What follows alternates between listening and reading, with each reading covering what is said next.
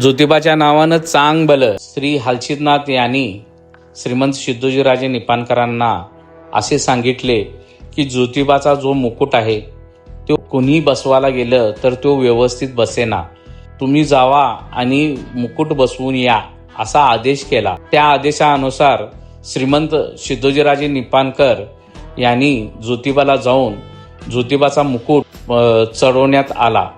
त्यानंतर 300 वर्षापासून श्रीमंत सिद्धोजीराजे निपाणकर राजघराण्याची मानाची 3 नंबरची काठी आजपर्यंत मोठ्या दिमाखाने ह्या ज्योतिबाच्या डोंगरावर चैत्र यात्रेनिमित्त आज देखील जात आहे। श्रीमंत सिद्धोजीराजे निपाणकर यांची पूर्वेपाशी असलेला दरवाजा ज्योतिबा डोंगरावर, त्याच्या बाहेरच्या बाजूला उजव्या बाजूला आस्ती निंबाळकर राजघराण्याची आज देखील आपल्याला थडग्याच्या रूपात पाहायला मिळते।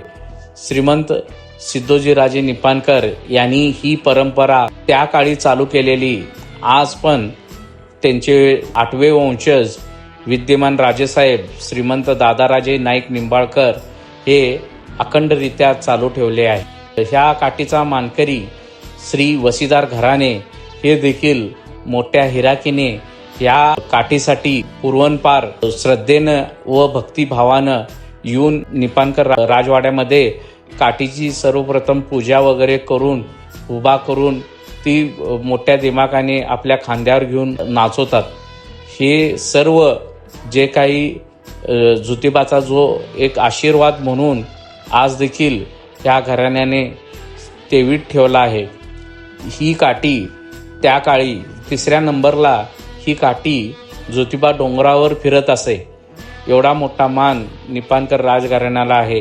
म्हणून श्रीमंत सिद्धोजीराजे निपाणकर यांनी डोंगरावर एक भली मोठी घाट अर्पण केली आहे। ह्या घराण्याचा आणि ज्योतिबा डोंगराचा एक आगळा वेगळा संबंध आहे असे म्हणले तर वावगे ठरणार नाही।